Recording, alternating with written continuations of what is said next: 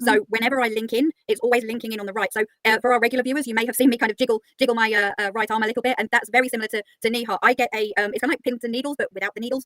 So literally all the way down one arm. But it comes patriarchy that we've forgotten. It's not about the thing, but dinner table listening to the story, and I'm really into it. And next thing I get this kind of like, and I want to do it elegantly.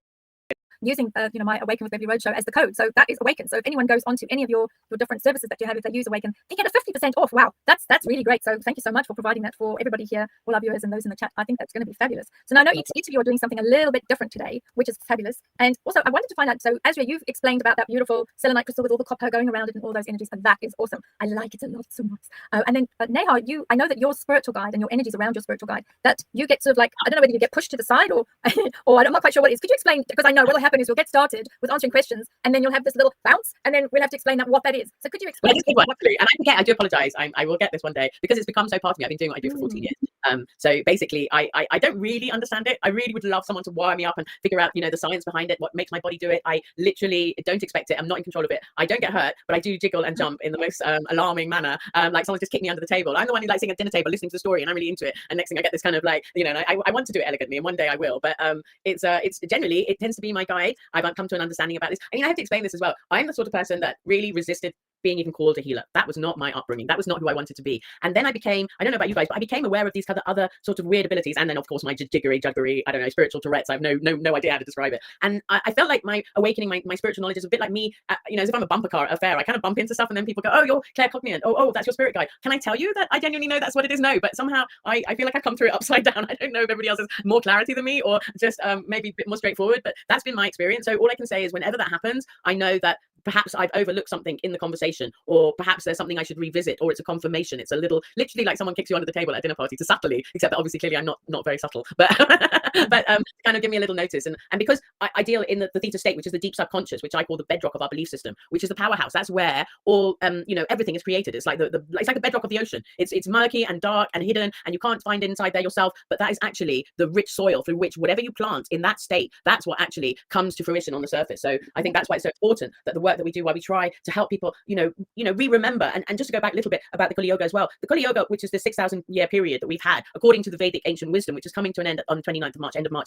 has all been about forgetting. It's about being disconnected. It's about individualization and not collaborate. It's about all these things that, the paradigms of the patriarchy that we've forgotten. It's not about the things that we are now trying to help people to re-remember, which is our connection to Gaia, our connection to our higher selves, our connections to our divinity. And that's why I really love the work that Azria is doing, because it's so important, I think, for you to understand the ingredients that have made us so that we can maximize and optimize that in our daily life at the moment. And we need it because it is really quite, it's a bit sort of like knuckle riding at the moment, isn't it? It's a little bit like, okay, let's just all just rip on and we'll get to the end at some point. Or is that just me? No, I think that's everyone. Everyone has had a difficult time. I had to change my glasses, folks, because for some reason, I don't know quite, but this particular side has gone a bit blurry and I can't see anything out of it. And I do need to be able to see on the dashboard and not press any wrong buttons. Oh, no, you're a queen at this. No, I put the wrong intro up. I did put the wrong intro up. So sorry, Sean. Sorry, wrong. Yeah, I did put the wrong intro up. Never mind. I will get it right. I will apologize. So Azria, I know that you also speak to spirit and you have different aspects. Could you explain then? We've got, what happens with Neha. So if she does her wiggle and her swiggle and all these things, we know that that's spirit talking to Neha. And so from your point of view, how does yours come through? How do you get the downloads so that our viewers and everyone in the chat knows that, when you're talking about what's coming through, how does that come through, please? Yeah, no, thank you so much. And certainly everybody is, very different in how they're actually receiving these messages. So with me, it's quite similar to Neha actually, but I feel that my guide very much sits, obviously came in through the left and sits on the right hand side. So whenever I link in, it's always linking in on the right. So for our regular viewers, you may have seen me kind of jiggle my right arm a little bit, and that's very similar to Neha. I get a it's kind of like pins and needles, but without the needles. So literally all the way down one arm. But it comes and goes in a flash, and that is an absolute confirmation that the message that I've received and when it comes out has been is absolutely correct in how what they're wanting to say and how I'm presenting that information. There's also when I'm working with my guides, if I'm really in that sort of meditative state, all around one side of my, I can feel it going now, all around the side of my head, goes again kind of like that pins and needles, but without the needles, kind of all around this side. So really, they're moving in closer. So whenever I start working, it's them moving in closer. So because when we are, going and doing the washing up or all those mundane things, which we all do. They don't necessarily need to be right then and there, but as soon as it's this chair, and it's the chair in what I call my crystal cave, so my spare room when I do most of my work, so they know when I sit in that chair, when I sit in this chair, it's go time. And so they very much step forward. So it's not always, I don't know, if I'm walking down the street, like you suddenly get it, but just absolutely be aware.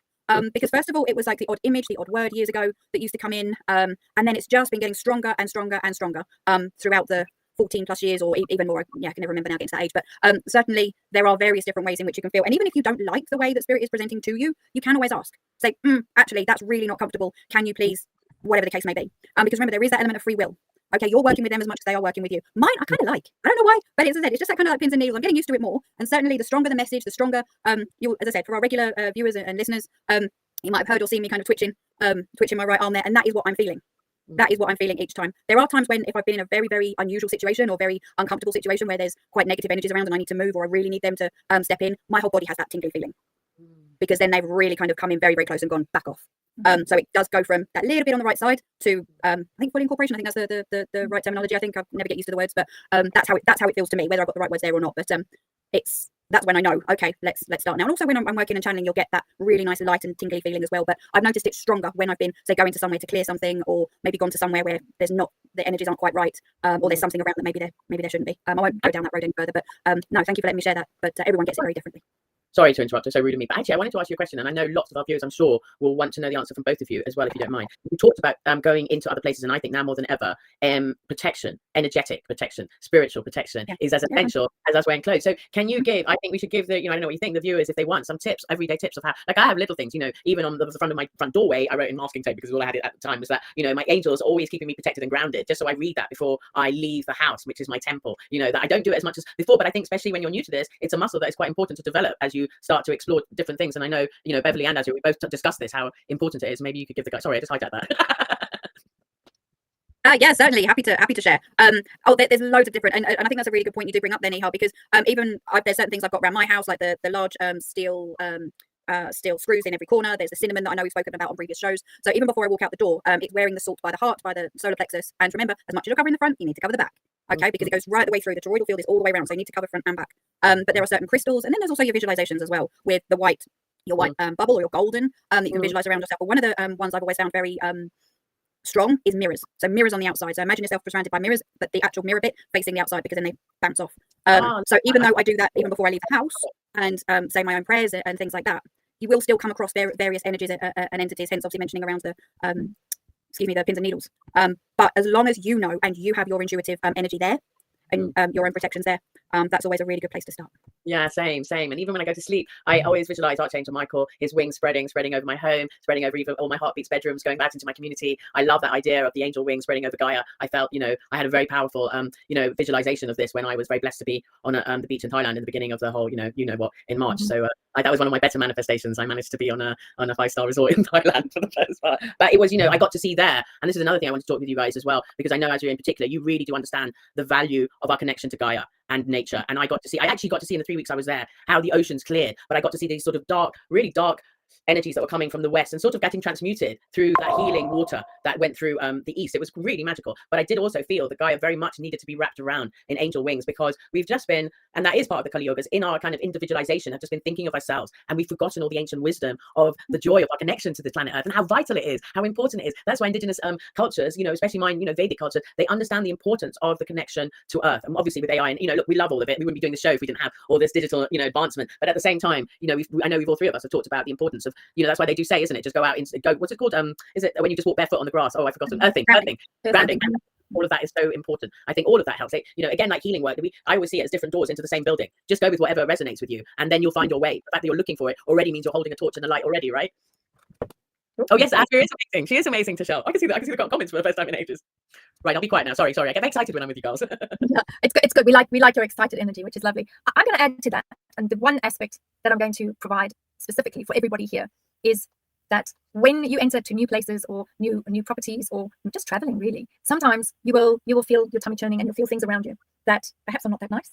So the most important thing to do is to say, return to sender, send it back, not accepting it, return to sender. And you can do it with 2 hands, or you can do it with 1 hand and just say, return to sender. Because that then will send that energy straight back to wherever it came from. And whatever it is, sometimes if you're traveling in a train, you might have somebody giving you, a bit of a look from the other side of the carriage. You can easily adjust your hair and just do that. And that allows you to send that energy back. And even if you can't see the energy, that energy that comes, you can feel it and allow yourself just to push it back. So that's the first key thing, is in the spiritual energies of protection, you push everything back. You don't accept it, you don't want it. It's not part of my frame of reference. It's not mine. I don't have to accept it, and I won't accept it. So I'm sending it straight back. The other aspect as well is to be aware of your breathing. I've noticed that when, particularly if I'm traveling, people hold their breath. Why would you do that? They hold their breath, and they're traveling and they're like, and you can see, oh dear, you've got the pursed mouth and you've got the eyebrows that are shooting up into your forehead. So that is the first thing, is be aware of your breath. And even if you can just draw that breath down, even just 2 or 3 times, that will make you calmer, and it will allow all the energies around your toroidal field to lessen, move out, flatten, and be quite calm. The other aspect as well that we know happens, particularly when you come across someone who's negative or very angry or wants to get their point across and they feel they're not being heard. And I used to do this a lot, particularly when I was growing up and a younger person. I used to realize that I would not react to those energies, because that is what they're looking for. They're looking for a reaction. So the most important thing with that is to center yourself and blow out your energy and just look at the person in the eye and say very calmly, what is it that I'm missing? Disarms them completely. Disarms them. Because you're not angry, you're not coming back to them. They're ready with it. They want to go with it. Like, oh, I have my tongues, they want to have a good go. And if you just ask them in that really calm frequency and that energy, because remember, as your breath comes out of your mouth, if you blow into your hand, that's the frequency of your talking, your speech. And speech has barbs on it. It has energy on it. It has little areas of hooks, and that will end up going into a person. It also has, like, swords and pointy areas that come out and grab. And those are something that we need to be very aware of, so that you ensure that what is coming out, make sure that what comes out of your mouth, that you're absolutely clear. And that's why it's always good to think before you say something, because your words have energy, has frequency, has vibration. And if you're particularly angry, it will find its mark. And unfortunately, there is karma attached to that. So if you want to reset yourself, and you want to make sure that you are at a point where you give that individual, because something's triggering them, let's face it, something's triggering them. They're having a bad day, or you didn't acknowledge them, or they're frustrated, or something has happened, or they're fur babies, there's a problem with that. There is a reason, which is why it's good to just say, what am I missing? And hopefully that will disarm them, and they can maybe say to you, well, I've had a bad day, or something's happened, or that my mum was rude to me this morning, or my poor kitty is a sick kitty and I'm really upset. And because generally when people start having a go, they don't really mean to have a go, they're actually responding to something else. And by you saying, what am I missing? It will cut through all of that energy, because I've seen it, and I've seen it happen, that someone's having a good blow up, and I just say that, and you can just see they go, okay, so now what? So those are the things that I wanted to pass on to everybody. I mean, God bless you always, Beverly, just bringing it with what we need to hear, because after all, aren't we about to enter Aries season? Isn't it all a little bit fiery? Don't we all have to take? And you reminded me as well, the other one that I use to connect to my vagus healing nerve, or when I was taught again with my mantras and meditation, just to breathe. Pranayama is the Sanskrit word for breath. The first breath, the last breath. But they say you should make your out breath always longer. That's all you have to do. It's that simple. Going back to the whole thing about healing without hurting. It's like, it doesn't have to be that complicated. People go, I can't meditate. I go, daydream. It's the same flipping thing. Remember daydream when we were actually allowed to do that, or you just have to do that because that was your entertainment? Sorry, I'm a Gen X, so that was our Sky TV, because you just tune into whatever you want. We've forgotten. We've allowed ourselves to give away our power so much that we have to be. I was talking to my 17-year-old, and I said, I find it alarming how quickly I now can get overstimulated, how I can listen to a YouTube channel and be on my phone at the same time, how I can listen to music and then be doing emails. It's like, I used to kind of do the one. I didn't used to do 3 things all at the same time, talk to someone else, download information. And I think that is about giving away your power, because you're listening to someone else telling you should do. It's like, what? Who signed up for this? I never read the small print on this one. I mean, I know you're the same, Beverly. We are the rebels. We didn't get the memo, and we had to comply and be obedient. And so you've got us back. So here we go, charging forward with the light, because that's, I think, the key to understanding where we are in this spiritual war, for want of better words. The more you take back power, and I think we've talked about this as well, because this, as I said earlier, I'm only ever like 5 steps ahead of anyone else. And one of the things I'm blessed enough to do is get a lot of advice from Azria and Beverly, and it's all about, like, you're stepping into your power. And I'm like, that's really great. I don't know what that looks like. How do you do that? Because if you come, like, from me as a survivor of any kind of trauma, and prior to the 2020 drama, I worked mostly with SA survivors, about 300 of releasing their trauma without them reliving it. You come from a deficit of self-worth, and you come with a legacy of shame and blame. So then to say,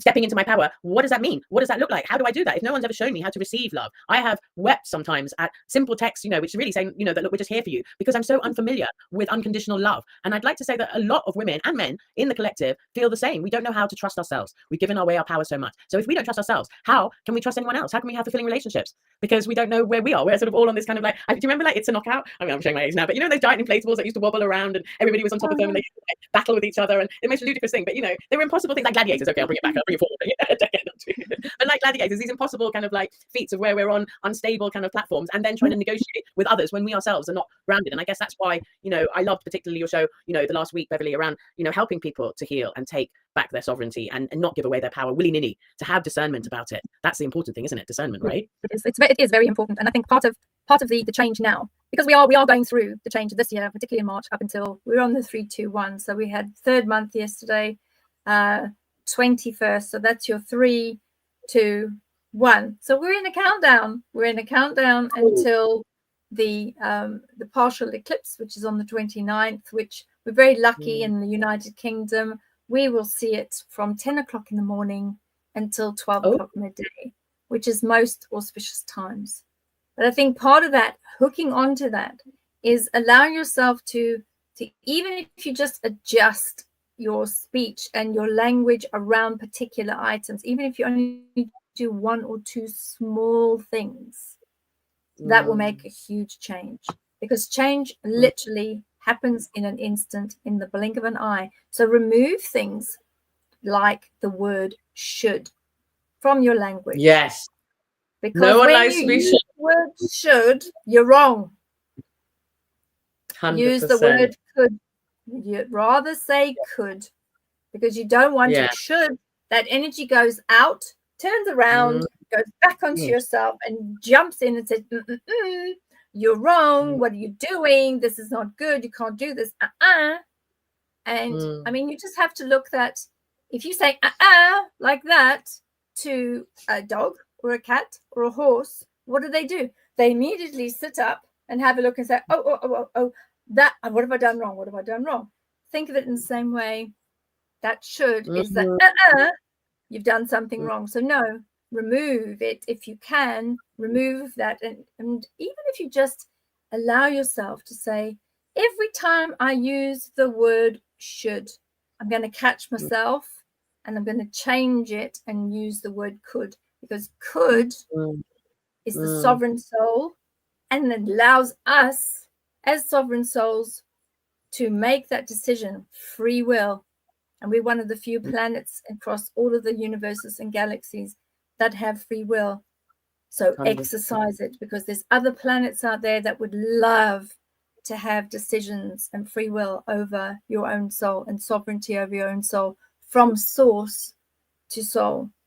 Just use it. So we're going to move on to some of our questions now. So we've got some